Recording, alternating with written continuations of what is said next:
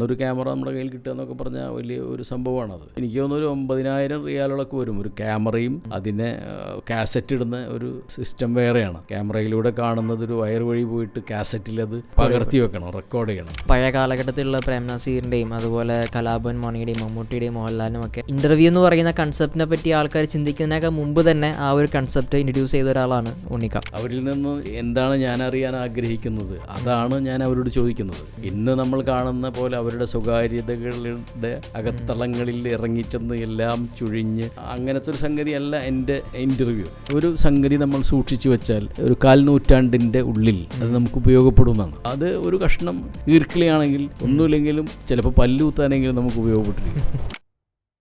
Welcome back to another power packed, I would rather call it insightful episode of The Legion Show. ഇന്ന് എൻ്റെ കൂടെയുള്ളത് വളരെയധികം ബഹുമാനിക്കുന്ന ആദരിക്കുന്ന ഒരു വ്യക്തിയാണ്. From AVM Archive, mister Muhammad Unni. Thank you so much for joining in. വളരെ സന്തോഷം.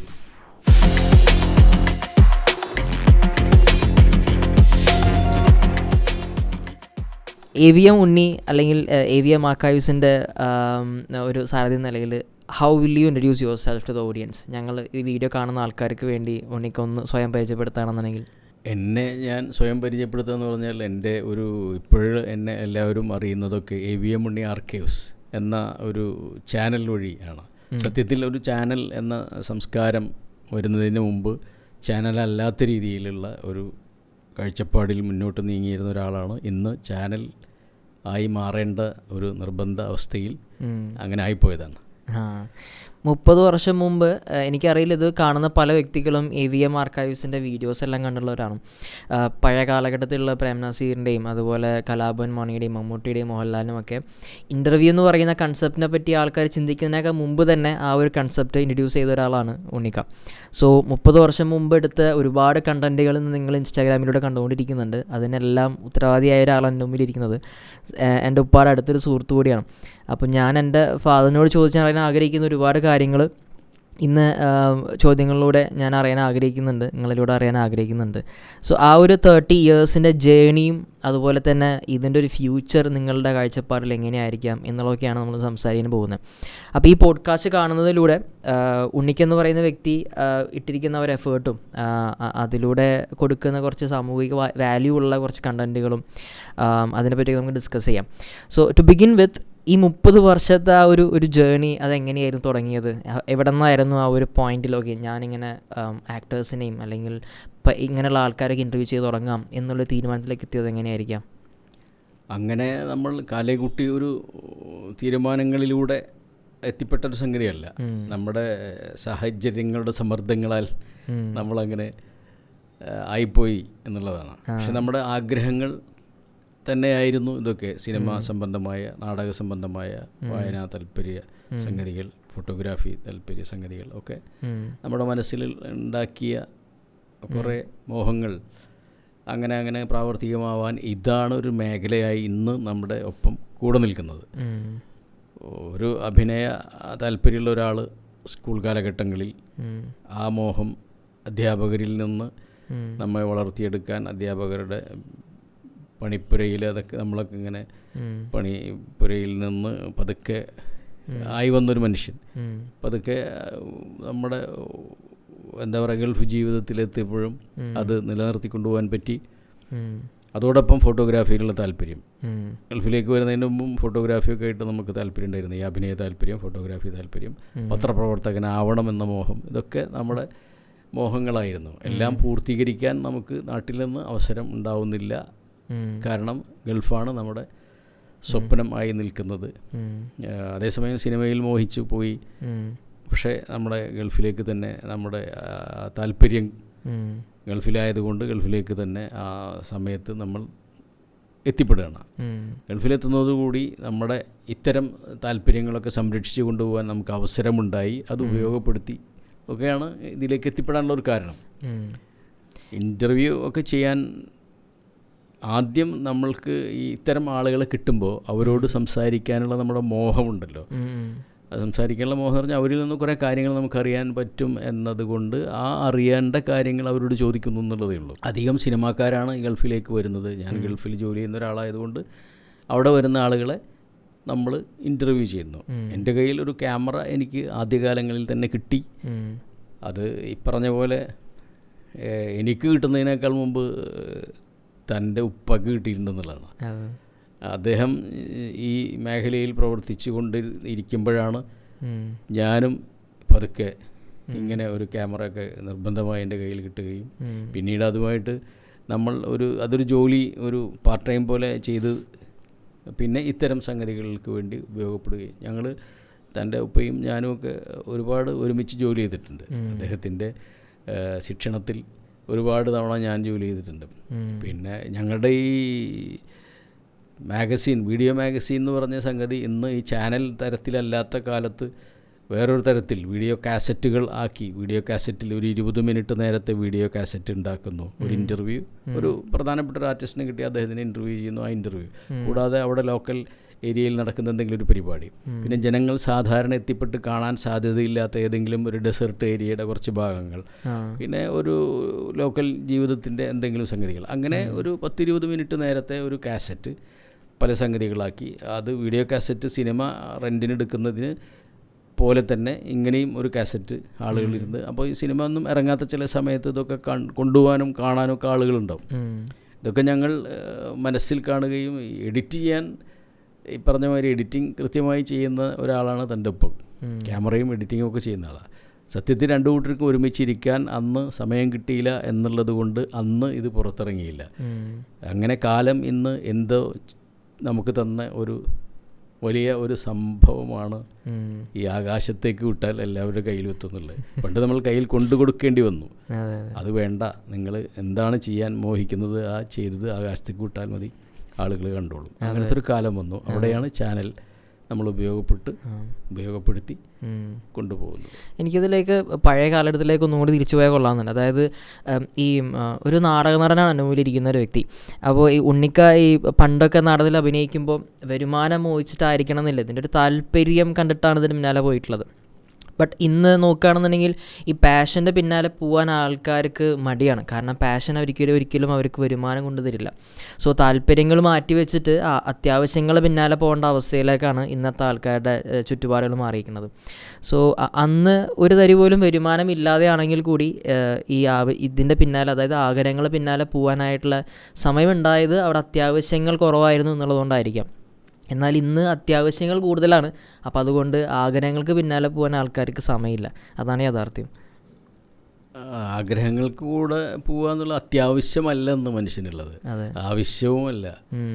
അതിനേക്കാൾ ഉപരി ആർമാദിക്കാനുള്ള മോഹമാണ്. സന്തോഷിക്കാനല്ല, ആഹ്ലാദിക്കാനുമല്ല, ആർമാദിക്കാനുള്ള മോഹമാണ്. അപ്പം അതിന് ഒരുപാട് കാശ് കൂടുതൽ വേണം.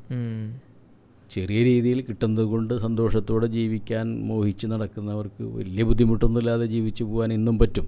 പക്ഷേ ഇവിടെ പ്രശ്നം അതിനേക്കാൾ ഉപരി മറ്റുള്ളവരെങ്ങനെയൊക്കെ ജീവിച്ചോട്ടെ, കാശുള്ളവൻ ഇങ്ങനെ ആർമാദിച്ചോട്ടെ, നമ്മളത് കണ്ടിങ്ങനെ വെറുതെ എന്തിനാ വേദനിക്കുന്നത്, എല്ലാം നമ്മൾക്ക് കിട്ടണം, പണമാണെല്ലാം എന്നുള്ളതിലൊന്നും അല്ല. എൻ്റെ ഒരു അഭിപ്രായമാണ് പറയുന്നത്. കിട്ടുന്നത് കൊണ്ട് ഇന്നും ഞാൻ കിട്ടുന്നത് കൊണ്ട് തന്നെ സന്തോഷമായിട്ട് ജീവിക്കുന്ന ഒരാളാണ്. ഇപ്പോൾ എനിക്ക് വലിയ സിനിമാക്കാരനാകണമെന്ന് മോഹം ഉണ്ടായിരുന്നു, ഞാനായിട്ടില്ല. പക്ഷേ എൻ്റെ ഒരു ചെറിയ, ഞാൻ ചെയ്തു വെച്ച പല കാര്യങ്ങളും ഇന്ന് അവർക്കൊക്കെ കിട്ടുന്ന അംഗീകാരം പോലെ ചെറിയൊരു അംഗീകാരം എനിക്കും കിട്ടുന്നുണ്ട്. അതൊക്കെ തന്നെ നമ്മളെക്കൊണ്ട് എന്താണോ ആവാൻ എഴുതി വെച്ചിട്ടുള്ളത് അതെങ്ങനെ ആയിക്കൊണ്ടിരിക്കും എന്നുള്ളതാണ് അതിൻ്റെ മറ്റൊരു സംഗതി. അവിടെയാണ് എല്ലാം എന്ന് വിചാരിക്കുന്നതിൽ വലിയ അർത്ഥമൊന്നുമില്ല. അവിടെയാണ് എനിക്ക് തോന്നുന്നു ഉണ്ണിക്കായിട്ട് എനിക്ക് റെസനേറ്റ് ചെയ്യാൻ പറ്റുന്ന ഒരു കാര്യം, പാഷൻ്റെ പിന്നാലെ പോയി ഇന്ന് ഞങ്ങളെപ്പോലുള്ള തലമുറയാണെങ്കിലും, അതായത് എനിക്ക് മുമ്പുള്ളതും എനിക്ക് ശേഷം വരാൻ തലമുറയാണെങ്കിലും എൻജോയ് ചെയ്യാൻ പറ്റുന്ന കുറച്ച് കണ്ടൻറ്റാണ് നിങ്ങൾ ഉണ്ടാക്കി വെച്ചിരിക്കുന്നത്. അത് content is the king in this day and age എന്ന് പറയും. ശരിക്കും പറയുകയാണെന്നുണ്ടെങ്കിൽ ഞാനാണെങ്കിലും എനിക്ക് ഇപ്പം എൻ്റെ അനിയനാണെങ്കിലും എല്ലാവരും ഒരുപോലെ ഇരുന്ന് കാണാനും എൻജോയ് ചെയ്യാൻ പറ്റുന്ന കണ്ടൻറ്റുകളാണ് AVM ഉണ്ണി ആർക്കൈവ്സിലുള്ളത്.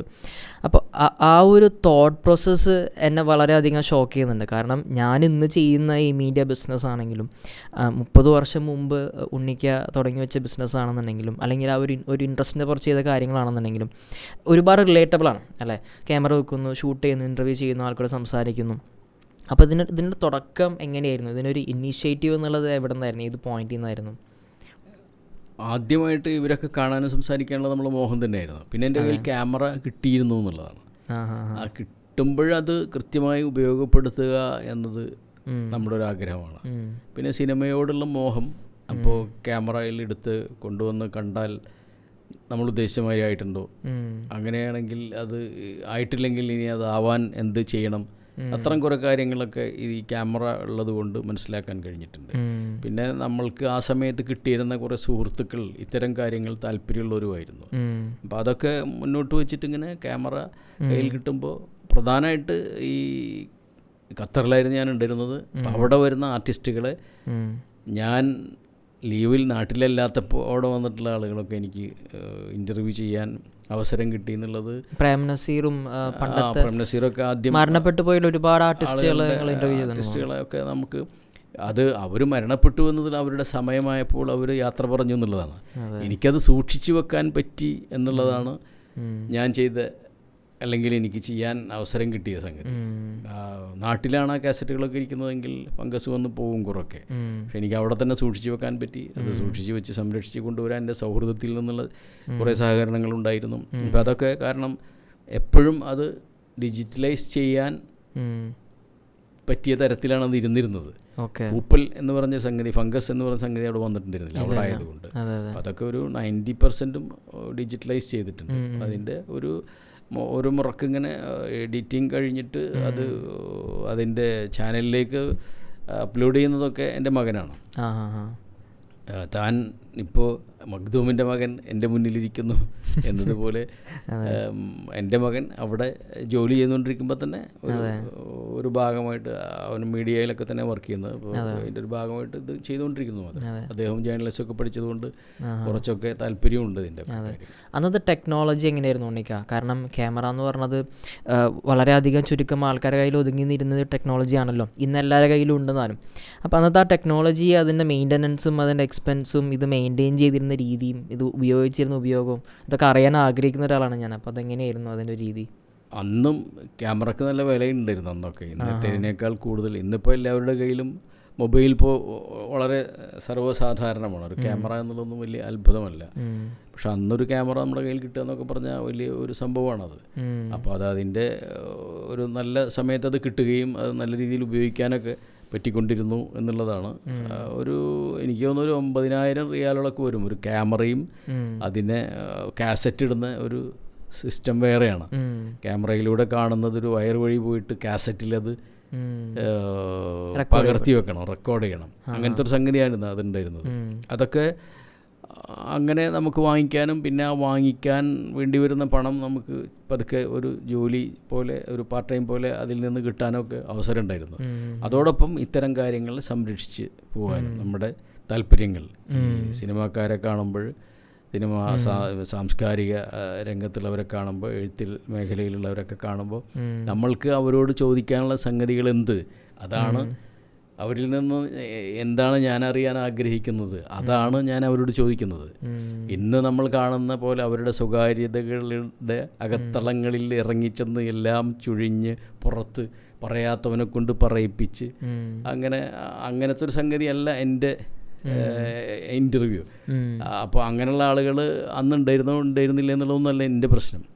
ഇപ്പോൾ തന്നെ കാണുമ്പോൾ തന്നോട് എനിക്കെന്ത് ചോദിക്കാനുണ്ടെന്ന്, തന്നിൽ നിന്ന് എനിക്കെന്ത് അറിയാനുണ്ട്, ഇത് മാത്രമാണ് എൻ്റെ ചോദ്യങ്ങൾ. ഞാൻ ഉപയോഗിച്ചിരുന്നിരുന്നത് 2 ക്യാമറ വെച്ചിട്ടൊന്നും എടുക്കാനുള്ള സംവിധാനമൊന്നും ഉണ്ടാവില്ല. ഒരാളെ കാണുമ്പോൾ നമ്മൾ അദ്ദേഹത്തോട് സംസാരിക്കാൻ അവസരം കിട്ടുമ്പോൾ ഞാനും ഒരു ക്യാമറയും, ചിലപ്പോൾ എനിക്ക് കൂടെ ഒരാളും ഒരു ലൈറ്റും അതൊക്കെ വെക്കുന്നു, നമ്മൾ എടുക്കുന്നു, സംസാരിക്കുന്നു. അത് പെട്ടെന്നായിരിക്കും അതിൻ്റെ കാര്യങ്ങളൊക്കെ. എന്നാൽ പോരെ എന്ന് പറഞ്ഞാൽ നമ്മളപ്പോൾ ശരിയായി. ചിലപ്പോൾ ഫോൺ ചെയ്തിട്ടാവും ഞാനിങ്ങനെ ഒന്ന് ആഗ്രഹിക്കുന്നുണ്ട്, അപ്പോൾ ഹോട്ടലിലാണുള്ളത്, എന്നാൽ പോരെ എന്ന് പറയും. ഇത് ചെല്ലണ നേരത്തെ അവരിപ്പോൾ അവരുടെ വണ്ടി വന്ന് നിൽക്കുന്നുണ്ടാവും, ചിലപ്പോൾ അവർക്ക് ഫ്ലൈറ്റ് ടൈമായിട്ട്. അപ്പോഴും നമ്മൾക്ക് എന്നാലും ഒരു ഇതൊക്കെ എല്ലാവരും സഹകരിക്കും. കാരണം അവർക്കും ഇതൊരു അപൂർവ സംഗതികളാണ് ആ സമയത്തൊക്കെ ഒരു ക്യാമറയിൽ ഒരു ഇൻ്റർവ്യൂ എന്നൊക്കെ പറയുന്നത്. അന്നത്തെ ആദ്യകാലത്തെ എല്ലാ ആളുകൾക്കും പൊതുവെ കാണുമ്പോഴും അധികമായിട്ട് ടെലിവിഷൻ സംരംഭങ്ങൾ തുടങ്ങിയിട്ടില്ലാത്തൊരു കാലത്ത്. അതെ അതെ അതെ.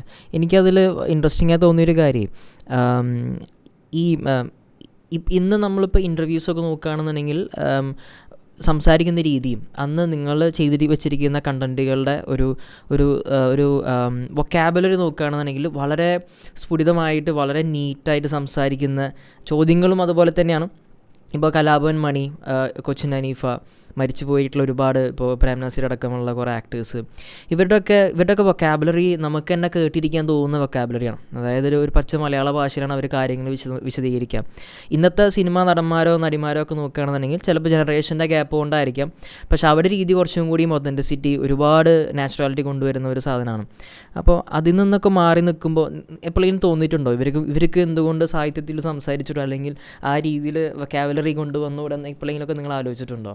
ഇപ്പോഴത്തെ ആളുകൾ സംസാരിക്കുന്നത് അന്നത്തെ ആളുകൾ സംസാരിക്കുന്ന പോലെ അല്ല എന്നുള്ള ഒരു തോന്നൽ ഉണ്ടാവും എന്ന് പറഞ്ഞാൽ, എന്ന് വെച്ചാൽ കുറേ വാക്കുകൾ പുതിയ ഇപ്പോൾ ഞാൻ വളരെ തമാശക്കൊരു കാര്യം പറഞ്ഞു തരട്ടെ.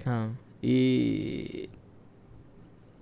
പത്രപ്രവർത്തകർ ചോദിക്കുമ്പോൾ ഉത്തരം പറയുന്നവൻ പറഞ്ഞ തീർച്ചയായും എന്ന സംഗതികൾ മൊത്തം എടുത്ത് നോക്കിയ ഒരു കുപ്പിയിൽ നിറക്കാനുള്ളത് ഉണ്ടാവും.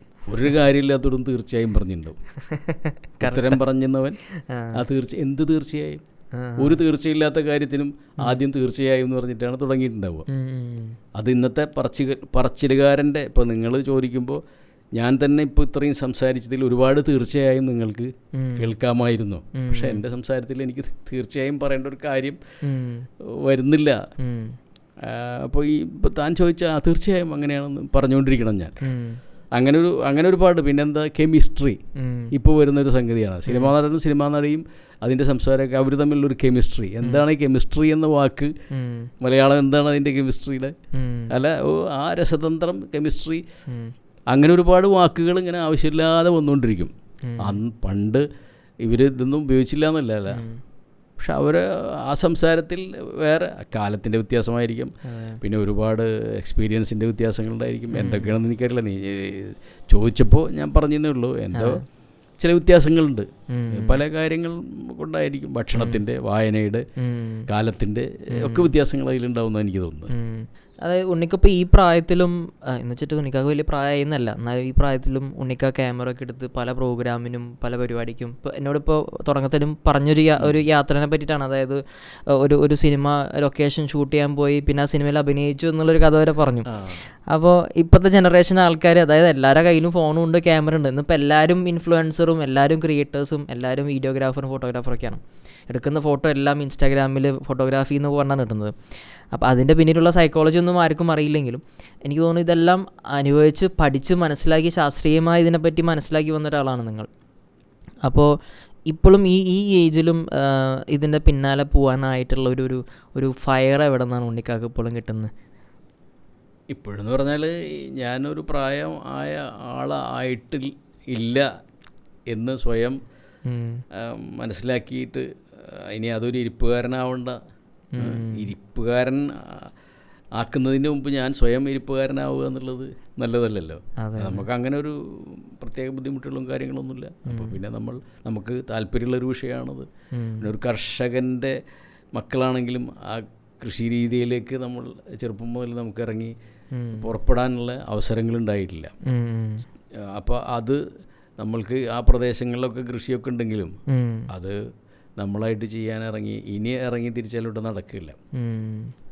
ഇത് നമുക്ക് താല്പര്യമുള്ളൊരു വിഷയമാണ്. എന്തെങ്കിലും സംഭവം ഉണ്ടെന്ന് പറഞ്ഞാൽ എനിക്ക് എത്തിപ്പെടാൻ പറ്റുന്ന ഒരിടമാണെങ്കിൽ ഞാൻ പോയിട്ട് എടുക്കും. ഈ റിപ്പോർട്ടേഴ്സിന് ഒരു ദിവസം 10-15 സംഗതികൾ അറ്റൻഡ് ചെയ്യേണ്ടതുണ്ടാവും. അവർക്ക് അവിടെ പോയിട്ട് എന്തെങ്കിലും റിപ്പോർട്ടറിൻ്റെ സാധനം എടുത്ത് പോന്നാൽ മതി. ചിലപ്പോൾ ഇമ്പോർട്ടൻ്റ് ആയിട്ട് ആൾ വരുന്ന ഉദ്ഘാടനത്തിൻ്റെ ഒരു കഷ്ണം എടുത്ത് പോന്നാൽ അത് കഴിഞ്ഞു.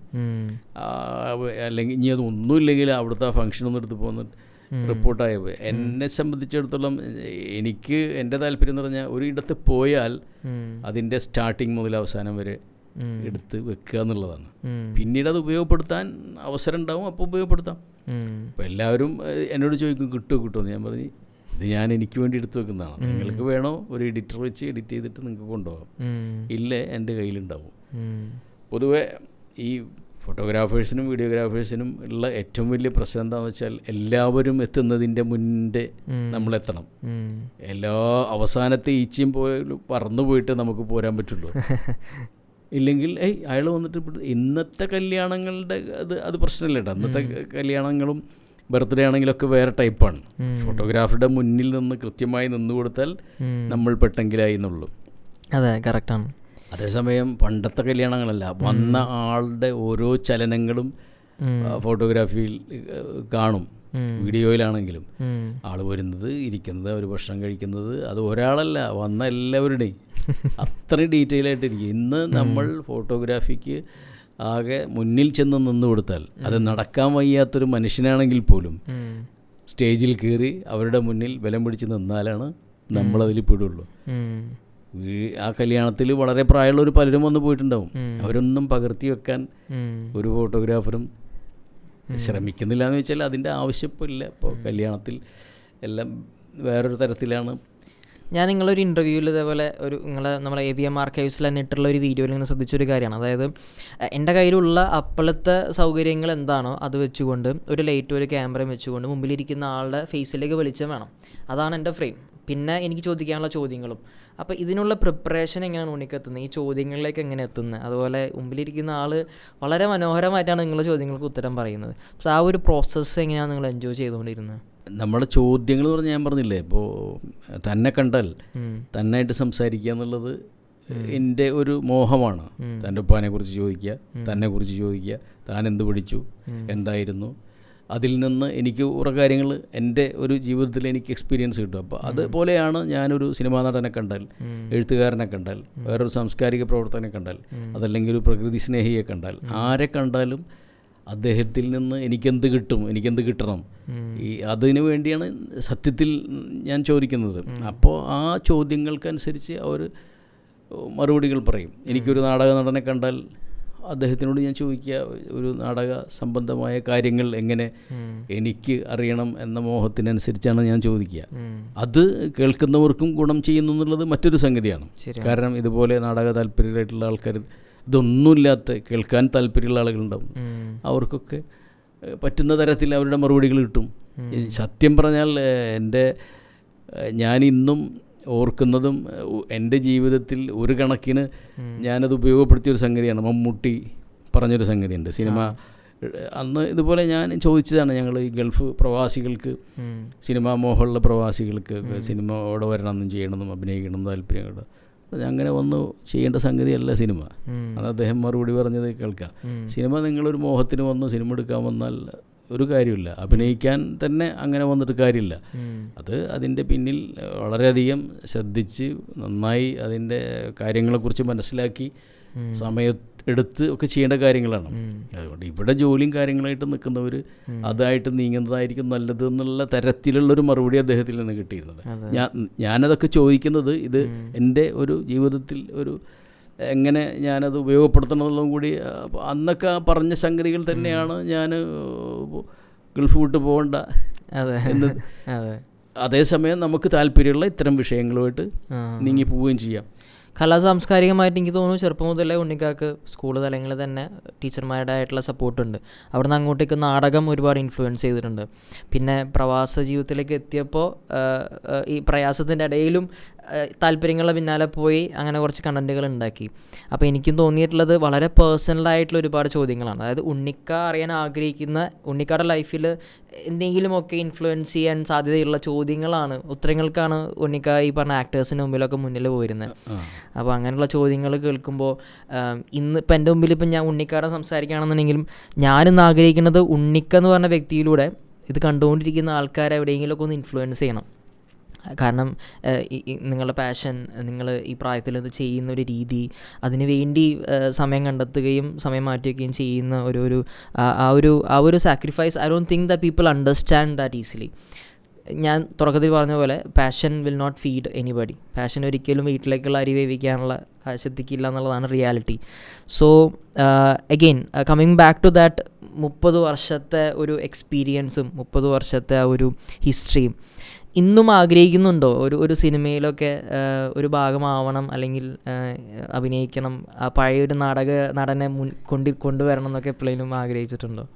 നമ്മൾക്ക് അഭിനയിക്കാനുള്ള ഒരു ആഗ്രഹം എന്നൊക്കെ പറഞ്ഞാൽ നമ്മുടെ ഒരാൾ പറഞ്ഞു തരുന്നത് അത് നമ്മൾക്ക് അതുപോലെ റീപ്രൊഡ്യൂസ് ചെയ്ത് കൊടുക്കാൻ പറ്റുക എന്നുള്ളത് ഒരു വലിയ ഒരു സംഗതിയാണ്. അത് അതിനെക്കുറിച്ച് അന്ന് ഏതോ ഒരു ഡയറക്ടർ പറഞ്ഞു, ഞാൻ ഈ നടന്മാരെ ബഹുമാനിക്കുന്നത് ആൾക്കൂട്ടത്തിൽ നിൽക്കുന്ന ഒരു നടനോട് ഭയങ്കര ആൾക്കൂട്ടമായിരിക്കും അപ്പുറപ്പുറമൊക്കെ, അയാളുടെ മുഖത്ത് ക്യാമറ വെച്ചാൽ അയാളെ മാത്രമേ കാണുന്നുള്ളൂ, ആൾക്കൂട്ടൊന്നും ക്യാമറയിൽ ഫ്രെയിമിൽ വരുന്നില്ല. അദ്ദേഹത്തിനോട് പറയണം, നിങ്ങളുടെ ഒരാൾ അവിടെ വെട്ടുകൊണ്ടിട്ട് വീണ് കിടക്കുകയാണ്, അത് കാണുകയാണ്, നിങ്ങളുടെ കണ്ടു കഴിഞ്ഞാൽ നിങ്ങളുടെ പ്രതികരണം എന്തായിരിക്കും? പൊട്ടിക്കരയാനൊന്നും പറ്റില്ല, നിങ്ങളുടെ മുഖത്തെ ഒരൊറ്റ സംഗതിയിൽ തരണം എന്ന് പറഞ്ഞാൽ അയാളത് പറഞ്ഞു കേട്ട് 2, 3, 4 സെക്കൻഡ് കൊണ്ട് ഈ സാധനം തരികയാണ്. അതൊരു കൃത്യമായി ഒരു നടനല്ലെങ്കിൽ ഈ ആൾക്കൂട്ടത്തിൻ്റെ ഇടയിൽ അത് ചെയ്തു തരാൻ പറ്റില്ല എന്ന് പറയണം. ആ സംവിധായകൻ പറയുന്നത് അതുകൊണ്ടാണ് ഞാൻ നടന്മാരെ ബഹുമാനിക്കുന്നതെന്ന് പറഞ്ഞിട്ട് അതൊരു ത്രില്ലിംഗ് ആയ ഒരു എക്സ്പീരിയൻസ് വലിയ സംഗതിയാണ്. ആൾക്കൂട്ടത്തിൽ നമുക്കത് പ്രകടിപ്പിച്ചു കൊടുക്കാൻ പറ്റണം. അത് അവിടെ ആളുകൾ നമ്മളെ കളിയാക്കി ഉണ്ടാവും. ഈ നടനെ ചിലപ്പോൾ നടൻ പണ്ടെന്തെങ്കിലും ചെയ്തു വെച്ച് ഒരു മോശം സംഗതിയെക്കുറിച്ച് കമൻ്റ് ചെയ്യുന്നുണ്ടാവും, അല്ലെങ്കിൽ ഏതെങ്കിലും ഒരു തരത്തിൽ ചെയ്ത ഒരു കഥാപാത്രത്തിൽ വന്ന് എന്തെങ്കിലും ഡയലോഗ് ഇട്ടിട്ട് ഇയാളെ കളിയാക്കിക്കൊണ്ടിരിക്കുന്നുണ്ടാവും. അതൊന്നും അയാൾക്കവിടെ പ്രശ്നമാവാൻ പാടില്ല. അയാൾ സംവിധായകൻ എന്ത് പറഞ്ഞോ അത് ക്യാമറയ്ക്ക് മുമ്പിൽ കാണിക്കണം. അപ്പോൾ ഒരു നടൻ്റെ അതൊരു കഴിവാണെന്ന് പറയണ, അതുകൊണ്ടാണ് ഞാൻ ഈ നടന്മാരെ ബഹുമാനിക്കുന്നതെന്ന് ഡയറക്ടർ പറയുന്നു. അപ്പോൾ നമ്മളുടെ അത്തരം ചില സംഗതികളുണ്ടല്ലോ, ഒരാൾ പറഞ്ഞാൽ അതങ്ങ് ചെയ്തു കൊടുക്കുമ്പോൾ ഓക്കെ എന്ന് പറഞ്ഞാൽ ഈ ഓക്കെ നമുക്ക് കൊടുക്കാൻ പറ്റുക എന്നുള്ളതാണ്. അത് വലിയൊരു സംഗതിയാണ്. പിന്നെ സിനിമ എല്ലാം ഇങ്ങനെ നേടിത്തരാനൊന്നും നമുക്കെല്ലാവർക്കും പറ്റിയെന്ന് വരില്ല. പക്ഷേ സിനിമയിൽ അഭിനയിക്കുന്ന മോഹവും, വലിയൊരു സിനിമ ഇതുവരെ ചെയ്യാത്ത കഥാപാത്രം ഉള്ള ഒരു കഥാപാത്രം എൻ്റെ കയ്യിലുണ്ട്. ആരാണോ വരുന്നത് അവർക്ക് ഞാൻ പറഞ്ഞു കൊടുക്കുക. ഇതുവരെ മലയാള സിനിമയിൽ ചെയ്യാത്ത ഒരു ക്യാരക്ടർ, അത്ര സെറ്റപ്പിൽ വലിയ സംഗതിയായിട്ട് ചെയ്യാൻ പറ്റുന്ന ഒരു ക്യാരക്ടർ, ചെയ്യാൻ താല്പര്യമുള്ള അഭിനേതാക്കളും അത് പ്രൊഡ്യൂസ് ചെയ്യാൻ പറ്റുന്ന കമ്പനികളും ഒക്കെ ഉണ്ടെങ്കിൽ മലയാളത്തിൽ ഇതുവരെ ചെയ്യാത്ത ഒരു സംഗതി ചെയ്യാൻ സിനിമയിൽ താല്പര്യമുണ്ട്. എനിക്ക് ചെയ്യാൻ അല്ല, പറഞ്ഞു കൊടുക്കാൻ, അതിലൊരു ഭാഗമാവുക, ഇതൊക്കെ ഒരു മോഹമാണ്. തീർച്ചയായിട്ടും അതിൽ ഞങ്ങളൊക്കെ എന്തെങ്കിലുമൊക്കെ റോൾ എന്നുണ്ടെങ്കിൽ ഉണ്ണിക്ക് വിളിക്കാം ഇൻഷാ അല്ലാ. പഴയ കാലത്തെ ഒരു വീഡിയോ ഇങ്ങനെ വളരെയധികം വൈറലായി. അപ്പോൾ ഇങ്ങനെ മൊബൈലിൽ ആരോ ഇങ്ങനെ കാണിച്ചതാണ് എനിക്ക്. ഇത് പഴുവിൽ, അതായത് എൻ്റെ നാട്ടിൽ നടന്ന ഒരു നബിദിന റാലിയാണ്, ഏതോ ഒരാളെടുത്തതാണ്. അതങ്ങനെ ഒരിക്കൽ ഇതേപോലെ കാണിച്ചു തന്നപ്പോൾ ഞാൻ എൻ്റെ ഉമ്മാക്കോ കൂടെ ഉണ്ടായിരുന്ന ആർക്കും അത് കാണിച്ചു തന്നപ്പോൾ എൻ്റെ ഉമ്മ പറഞ്ഞു, ഇത് ഉപ്പ് എടുത്തതാണ്. അതായത് എൻ്റെ ഉപ്പ ഷൂട്ട് ചെയ്ത, ഏതോ കാലത്ത് ഷൂട്ട് ചെയ്ത, അന്ന് ആ കാലഘട്ടത്തിൽ ക്യാമറ കണ്ടവരാരുമില്ല, ആദ്യമായിട്ടാണ് അങ്ങനെ ഒരു സംഭവം നടക്കുന്നത്, ഷൂട്ട് ചെയ്യണത് തന്നെ. അപ്പോൾ അതന്ന് കാലങ്ങൾക്ക് ശേഷം ഉപ്പത് എവിടെയോ ഷെയർ ചെയ്തിട്ട് പിന്നീട് അത് ആരോ ഷെയർ ചെയ്തിട്ട് ഇങ്ങനെ എൻ്റെ മുമ്പിൽ എത്തുകയാണ്. അപ്പം ഞാൻ പറഞ്ഞു വരുന്നത് ഈ ഡിജിറ്റൽ മീഡിയ അല്ലെങ്കിൽ ഡിജിറ്റൽ എറ, ഇപ്പം നിങ്ങൾ പറഞ്ഞ പോലെ തന്നെ വായുവിലേക്ക് വിടുന്ന ഒരു സിസ്റ്റമാണ്. അന്നൊക്കെ കയ്യിൽ കൊണ്ടു കൊടുക്കണം കാസറ്റായിട്ട്, ഇന്ന് വായുവിലേക്ക് വിട്ടാൽ മതി എന്നുള്ള പോലെയാണ്.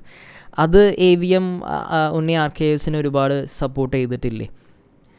ഈ പഴയ കാര്യങ്ങൾ കൊടുക്കുമ്പോഴുണ്ടാവുന്ന ആളുകളുടെ പ്രതികരണങ്ങളല്ലേ അത്. ഇപ്പോൾ ഈ പറഞ്ഞില്ലേ, ഇപ്പോൾ തൻ്റെ ഉപ്പെടുത്തത്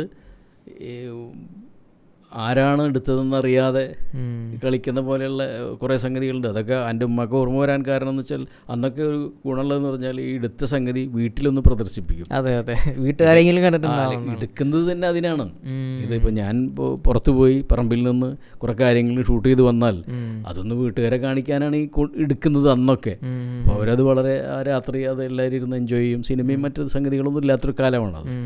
അതിപ്പോൾ സ്റ്റിൽ ഫോട്ടോ എടുത്താൽ പോലും അത് പ്രിൻ്റ് ചെയ്ത് വരാൻ, പണ്ടൊക്കെ ഗൾഫിൽ എന്ന് പറഞ്ഞാൽ സ്റ്റിൽ ഫോട്ടോ എടുത്താൽ അത് അയച്ചു കൊടുത്ത് 1 മാസം കഴിഞ്ഞിട്ടാണ് അത് തിരിച്ചു വരിക. അതിൻ്റെ പ്രോസസ്സിങ്ങും കഴിഞ്ഞ് പ്രിൻ്റ് വരുന്നത്.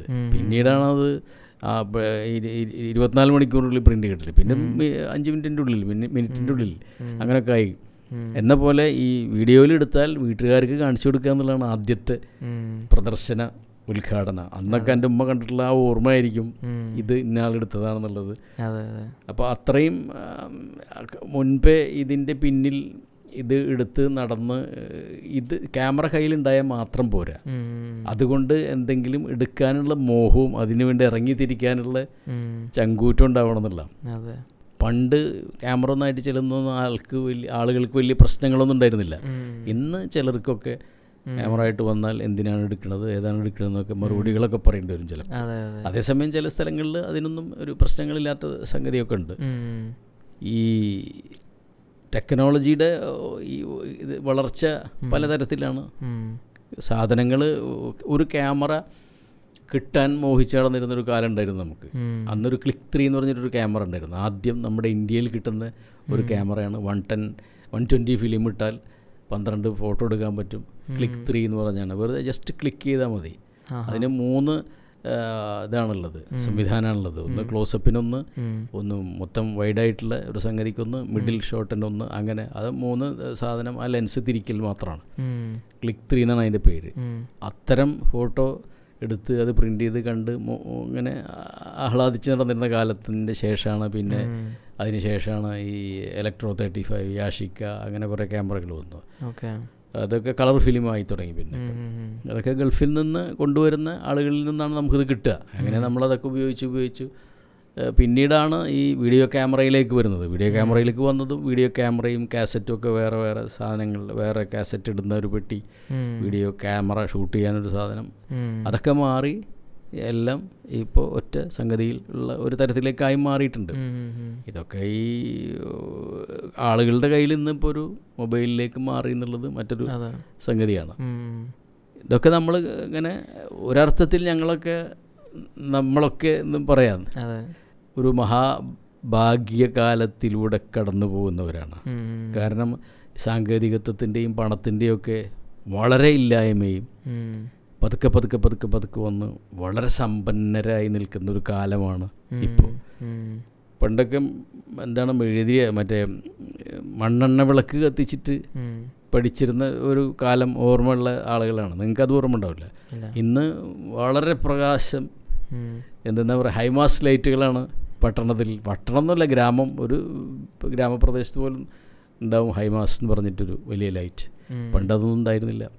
രാത്രിയിലൊക്കെ വണ്ടി ഓടിച്ച് പോകാൻ വെളിച്ചില്ലാത്ത സ്ഥലങ്ങളൊക്കെ ഉണ്ടായിരുന്നു പറയാം. അപ്പം ആ ഒരു മാറ്റം എല്ലാറ്റിലും വന്നിട്ടുണ്ടാവും. അത് എല്ലാ സംഗതികളിലും ഉണ്ടാവും. അതാണ് നമ്മളിന്ന് ആസ്വദിക്കുന്നത്. അതിങ്ങനെ ആർമാദിച്ച് ആസ്വദിക്കാതിരിക്കുക എന്നുള്ളതാണ് പറയാനുള്ളത്. ആസ്വദിക്കാം. അതെ, ഞങ്ങളിന്ന് ആസ്വദിച്ചുകൊണ്ടിരിക്കുകയാണ്. കാരണം ഇപ്പോൾ അടുത്ത വീഡിയോ കണ്ടപ്പോൾ തന്നെ ഇപ്പോൾ കൊച്ചിൻ ഹനീഫ് ആയിട്ടുള്ള ഇൻ്റർവ്യൂവിൽ, അതായത് കൊച്ചിൻ ഹനീഫ് പറഞ്ഞത് യുവ ജനറേഷൻ മൂവി ആക്ടേഴ്സായിട്ടുള്ള സിദ്ദീഖും അങ്ങനെയൊക്കെ പറയുമ്പോൾ നമ്മൾക്കും ചിരിവരാണ്. കാരണം തീർച്ചയായിട്ടും അവരൊക്കെ ഇപ്പോൾ ഒരു ഏജായി, അല്ലെങ്കിൽ അവരൊക്കെ ഒരുപാട് കാലം കഴിഞ്ഞ് വേറെ രീതിയിലുള്ള ആക്ടേഴ്സായി മാറിക്കൊണ്ടിരിക്കുകയാണ്. ഞാൻ ഇനി എൻ്റെ ഒരു മനസ്സിലൊരു ആഗ്രഹമാണ്. അതായത് കഴിഞ്ഞൊരു 30 വർഷമായിട്ട് ഉണ്ണിക്ക ഈ ഒരു സാംസ്കാരിക മേഖലയായിട്ട് വളരെ എൻഗേജ്ഡ് നിൽക്കുന്ന ഒരാളാണ്. ആ പാഷന് പിന്നാലെ പോയ ഒരാളാണ്. ഞാനതിൽ ഒരുപാട് റെസ്പെക്റ്റ് ചെയ്യുന്ന ഒരു കാര്യമാണ്. കാരണം ഈ ഫോളോ യുവർ പാഷൻ, ആ പാഷൻ ഇന്ന് ഈ ഡിജിറ്റൽ മീഡിയയുടെ സഹായം കൊണ്ട് ഞങ്ങൾക്കൊക്കെ ഇന്ന് ശരിക്കും കാണാൻ പറ്റുന്നുണ്ട്, ആസ്വദിക്കാൻ പറ്റുന്നുണ്ട്. സോ എൻ്റെ മുമ്പിലുള്ളൊരു ജനറേഷനും എനിക്ക് വരാൻ പോകുന്ന ജനറേഷനും അതിന് മുമ്പിലൊരു ജനറേഷൻ, അതായത് എനിക്ക് തോന്നുന്നു ഒരുപാട് ജനറേഷൻ ഒരുമിച്ച് കണ്ട് എക്സ്പെരിമെൻ്റ് ചെയ്ത് അനുഭവിച്ചിട്ടാണ് എൻ്റെ മുമ്പിൽ ഇരിക്കുന്നത് ഉണ്ണിക്ക. സോ ഒരുപാട് കാര്യങ്ങൾ നിങ്ങൾ മനസ്സിലാക്കിയിട്ടുണ്ടാവും. I am pretty sure that ഇനി വരാൻ പോകുന്ന ജനറേഷൻ എങ്ങനെയാണെന്ന് പോലും ആർക്കും പ്രിഡിക്റ്റ് ചെയ്യാൻ പറ്റില്ല. എന്നാൽ പോലും ഇത്രയും കാലത്തെ മീഡിയ, നടനം, അങ്ങനെയുള്ള അനുഭവങ്ങളും പരിചയങ്ങളും ഒക്കെ വെച്ചിട്ട് ഈ ഒരു ഇൻഡസ്ട്രിയിൽ നിൽക്കുന്ന എന്നെ പോലെ ആൾക്ക് തരാൻ പറ്റുന്ന ഒരു വലിയ ഉപദേശം എന്തായിരിക്കാം? ഉപദേശത്തിൻ്റെ കാര്യം അല്ല, ഈ പറഞ്ഞ എല്ലാ പൊലിമകളും ഉണ്ടല്ലോ. എന്നെ സംബന്ധിച്ചിടത്തോളം അതൊരു വലിയ പൊലിമ ആയിട്ട് എന്ന് വെച്ചാൽ ചെറിയ ചെറിയ സംഭവങ്ങളാണ്. വലിയൊരു എക്സ്പീരിയൻസ് ഒന്നും പറയാൻ അവകാശപ്പെടാൻ നമുക്കില്ല. എന്നേക്കാൾ എക്സ്പീരിയൻസ് ഉള്ള ഒരുപാട് ആളുകൾ ഈ മേഖലയിലുണ്ട്. ഇതിപ്പോൾ നിങ്ങൾക്ക് കൗതുകത്തിന് എന്നെ കിട്ടിയപ്പോൾ ഒരു വലിയ ഒരു ആവേശത്തോടു കൂടിയിട്ട് നിങ്ങൾ മനസ്സിലാക്കുന്നു എന്നുള്ളതാണ്. പക്ഷേ സത്യത്തിൽ അത്ര വലിയൊരു എക്സ്പീരിയൻസ് ഇങ്ങനത്തെ ഒരു കുറേ ഇൻ്റർവ്യൂകൾ ചെയ്യുകയും അത് കളക്ട് ചെയ്ത് വെക്കുകയും അത് ജനങ്ങൾ കണ്ടുകൊണ്ടിരിക്കുകയും ചെയ്യുന്നു എന്നത്, അതിൻ്റെ പിന്നിൽ പ്രവർത്തിക്കാൻ ഒരു അവസരം കിട്ടിയ ഒരാളെന്നുള്ള നിലക്ക് ആണ് എൻ്റെ ഒരു സംഗതി ഉള്ളത്. അത് വെച്ച് ഞാനൊരു ഉപദേശം തരിക എന്നുള്ളത് അത്ര നല്ല കാര്യം. ഞാൻ പണ്ട് ഇങ്ങനെ ഒരു സംഗതി നമ്മൾ സൂക്ഷിച്ചു വെച്ചാൽ ഒരു 1/4 നൂറ്റാണ്ടിൻ്റെ ഉള്ളിൽ അത് നമുക്ക് ഉപയോഗപ്പെടുന്നതാണ്. 25 കൊല്ലത്തിനുള്ളിൽ കാൽനൂറ്റാണ്ടെന്ന് പറഞ്ഞാൽ ഭയങ്കര നൂറ്റാണ്ടൊന്നുമില്ല. അതങ്ങനെ പറയുമ്പോൾ നമ്മൾ പറയുന്നു 25 കൊല്ലം എന്ന് വെച്ചാൽ ഞാൻ എൻ്റെ 10 വയസ്സ് ഉള്ളപ്പോൾ എടുത്തു വെച്ചൊരു സാധനം 10 പിന്നെ ഒരു 35 വയസ്സാകുമ്പോഴത്തേന് ഏതെങ്കിലും തരത്തിൽ അതെൻ്റെ ജീവിതത്തിൽ ഉപയോഗപ്പെടാൻ അവസരം വന്നിരിക്കും. അത് ഒരു കഷ്ണം ഈർക്കിളിയാണെങ്കിൽ ഒന്നുമില്ലെങ്കിലും ചിലപ്പോൾ പല്ലൂത്താനെങ്കിലും നമുക്ക് ഉപയോഗപ്പെട്ടിരിക്കും. എൻ്റെ അമ്മാവൻ, എൻ്റെ വല്യപ്പ, പിന്നെ അതുപോലെ പല ആളുകളും അക്കാലത്തുള്ള ആളുകൾ കണ്ടിട്ടുണ്ട്. ഒരു സാധനവും കളയില്ല. ഒരു പക്ഷേ അതിൽ നിന്നാവാം എൻ്റെ ഈ പകർത്തി വെക്കലും സൂക്ഷിച്ചു വെക്കലും പിന്നീട് നിങ്ങൾക്ക് പകർന്ന ആടാൻ വേണ്ടി കാണിക്കാനൊക്കെ പറ്റുന്നത്. നൂലിൻ്റെ കഷ്ണം പോലും എടുത്ത് ഇങ്ങനെ വള്ളിയിൽ ചുറ്റിയിട്ട് എടുത്തു വെക്കും. കുറേ കഴിയുമ്പോൾ ആ നൂലുമെന്ന് എടുത്തിട്ട് 4-5 എണ്ണം ആക്കിയിട്ട് കുറച്ച് വണ്ണം കൂട്ടി ഒരു ചാക്ക് കെട്ടാനൊക്കെ ഉപയോഗിച്ചിട്ടുണ്ടാവുക. അതുപോലെ തന്നെ എൻ്റെ വലിയപ്പ പഴയ സാധനങ്ങൾ, പുസ്തകങ്ങൾ ഒക്കെ ബൈൻഡ് ചെയ്യാൻ വളരെയധികം ഇഷ്ടപ്പെടുന്ന ഒരാളായിരുന്നു. ഒരു പക്ഷേ അവരിൽ നിന്നൊക്കെ കിട്ടിയ ചെറിയ ഒരു താല്പര്യമൊക്കെ ആവും. പഴയ സാധനങ്ങളൊക്കെ ഇങ്ങനെ പഴയ സാധനങ്ങൾ സൂക്ഷിച്ച് വെക്കുന്നതാണല്ലോ ഇപ്പോൾ നമ്മൾ ഈ ഇൻ്റർവ്യൂ ചെയ്തിട്ട് സൂക്ഷിച്ച് വെക്കാൻ അവസരം ഉണ്ടാവുകയും അത് തിരിച്ച് കാണിച്ചു തരാനൊക്കെ അങ്ങനെയൊക്കെ എനിക്ക് തോന്നുന്നു. അതെ, എനിക്ക് തോന്നുന്നു ഈ ഒരു ഇൻ്റർവ്യൂ 4 നൂറ്റാണ്ടുകൾക്ക് മുമ്പ് നിങ്ങൾ സൂക്ഷിച്ചു വെച്ചിട്ടുള്ള ആ ഒരു വീഡിയോ അല്ലെങ്കിൽ ആ ഒരു താല്പര്യത്തിൻ്റെ പുറത്തുണ്ടായതായിരിക്കാം. അപ്പോൾ ഇന്ന് നമ്മൾ സംസാരിക്കുന്ന വിഷയങ്ങൾ ഇത് കണ്ടുകൊണ്ടിരിക്കുന്ന ആൾക്കാർക്ക് ഇനിയുള്ള ദിവസങ്ങളിൽ, വർഷങ്ങളിൽ എവിടെയെങ്കിലുമൊക്കെ ഉപയോഗിക്കാൻ പറ്റുന്ന എന്തെങ്കിലും എലമെൻസുകൾ കൊടുത്തിട്ടുണ്ടാവും എന്നാണ് ഞാൻ പ്രതീക്ഷിക്കുന്നത്. Obviously I am inspired. So ഒരുപാട് കാര്യങ്ങൾ ചോദിച്ചു തരാനുണ്ട്, സമയപരിമിതികളുണ്ട്. അപ്പോൾ ഈ എൻ്റെ ക്ഷണം സ്വീകരിച്ച് ഈ ഒരു പരിപാടിയിലേക്ക് വന്നതിനും ഇത്ര നേരം സംസാരിച്ചതിനും ഒരുപാട് നന്ദി. തീർച്ചയായിട്ടും this is going to be something that is I'm gonna keep this close to my heart. കാരണം ഞാൻ എൻ്റെ ഉപ്പാട് ചോദിക്കാൻ ആഗ്രഹിക്കുന്ന ഒരുപാട് ചോദ്യങ്ങളാണ് ഇതിൽ പലതും. എൻ്റെ ഉപ്പയും നിങ്ങളും ഒരേ ഒരു യാത്രയിലൂടെ കടന്നു വന്ന ഒരേ സിമിലർ ജേർണിയിലൂടെയും അല്ലെങ്കിൽ സിമിലർ വർഷങ്ങളിലൂടെയും കടന്നു വന്ന ആൾക്കാരാണ്. അപ്പോൾ നിങ്ങൾ ഷെയർ ചെയ്തിരിക്കുന്നൊരു ജേർണി ഓൾമോസ്റ്റ് സിമിലർ ആണെന്ന് വേണമെങ്കിൽ പറയാം. സോ ഞാനൊരു ഉപ്പാനെ പോലെ ബഹുമാനിക്കുന്ന ഒരു വ്യക്തിയാണ് നിങ്ങൾ. അപ്പോൾ for me this is a privilege to have you on this show. Looking forward to have you more. എല്ലാവിധ ആശംസകളും. നേരേണ്ട ആവശ്യം എനിക്കില്ല, എനിക്കറിയാം, പക്ഷേ അത് എൻ്റെ ഒരു കടമയാണ്. എന്നെപ്പോലൊരു ക്രിയേറ്ററിന്, ഉണ്ണിക്കാനെ പോലെ ഇത്രയും ഡെവലപ്ഡ് ആയിട്ട് ഇത്രയും എക്സ്പീരിയൻസ്ഡ് ആയിട്ടുള്ളൊരു വ്യക്തിക്ക് എന്തെങ്കിലും എവിടെയെങ്കിലും കോൺട്രിബ്യൂട്ട് ചെയ്യാൻ പറ്റുകയാണെന്നുണ്ടെങ്കിൽ I am open for anything. അടുത്ത സിനിമയിലൊരു അഭിനയിക്കാനുള്ള അവസരവും ഞങ്ങൾക്ക് തരാം. വളരെ സന്തോഷം. ഞാൻ വളരെയധികം ബഹുമാനിക്കുകയും എന്നെ വളരെയധികം ബഹുമാനിക്കുകയും അതോടൊപ്പം ഞങ്ങൾ ഒരുപാട് രാത്രികൾ ഒരുമിച്ച് നേരം വെളുക്കോളം ഇരുന്ന് വർക്ക് ചെയ്യുകയും ചെയ്തിട്ടുള്ള ഒരു സുഹൃത്തിൻ്റെ മകൻ്റെ മുന്നിൽ എനിക്ക് തുറന്നു പറയാൻ വേണ്ടി കുറേ കാര്യങ്ങൾ തുറന്നു പറയാൻ വേണ്ടി ഒരു അവസരം ഉണ്ടായി എന്നുള്ളത് വലിയൊരു ഭാഗ്യമാണ്. അതൊക്കെ ഒരു ഭാഗ്യമാണ്. ഇങ്ങനെയൊന്നും ആർക്കും അവസരം കിട്ടിയെന്ന് വരില്ല. വേറൊരാൾ ഇൻ്റർവ്യൂ ചെയ്യുന്നത് വരും. പക്ഷേ എന്നെ ഇഷ്ടപ്പെടുന്ന ഒരാളുടെ മകൻ്റെ മുന്നിലിരുന്ന് വളരെ സിൻസിയറായിട്ട് തുറന്നു പറയാൻ പറ്റുന്ന കുറേ സംഗതികളുണ്ടായി എന്നുള്ളത് തന്നെ എൻ്റെ വലിയൊരു ഭാഗ്യമായിട്ട് കരുതുന്നു. മാത്രമല്ല ഒരു സംഗതിയും കളയാതിരിക്കുക, തന്തയെയും തള്ളയെയും തള്ളാതിരിക്കുക എന്നുള്ളതാണ്. ഒന്നും കളയാതിരിക്കുക എന്നുള്ളതിൻ്റെ ഒരു ഇന്നെല്ലാം നമ്മുടെ എന്താ പറയുക ഒരു പുതിയ സദനമുണ്ടല്ലോ, അതിലേക്ക് തള്ളുന്ന ഒരു കാലമാണ്. ഞാൻ പറഞ്ഞില്ല, ഒരു സംഗതി എടുത്തു വച്ചാൽ നമുക്കത് കാലങ്ങൾക്ക് ശേഷം എന്തായാലും നമ്മുടെ ജീവിതത്തിൽ ഉപയോഗം വരുമെന്ന സംഗതി മനസ്സിൽ കണ്ട് അത് നമ്മൾ മാതാപിതാക്കളെ പോലും തള്ളുന്ന കാലമാണിന്ന്. എന്നിട്ട് അത്രയും മാതാപിതാക്കളെ പോലും തള്ളുന്ന ഈ കാലത്ത് എന്താ നമ്മൾ സൂക്ഷിച്ചു വെക്കുക? അപ്പോൾ സൂക്ഷിച്ചു വെച്ചാൽ അത് നമുക്ക് ഉപകരിക്കുമെന്ന ഒരു സന്ദേശം എനിക്ക് നിങ്ങളോട് പറയാം. എൻ്റെ ജീവിതത്തിൽ എനിക്ക് കിട്ടിയിട്ടുള്ള ഒരു ഗുണപരമായ ഒരു അവസ്ഥ എന്ന നിലക്ക്. നന്ദി, വളരെ സന്തോഷം. നന്ദി.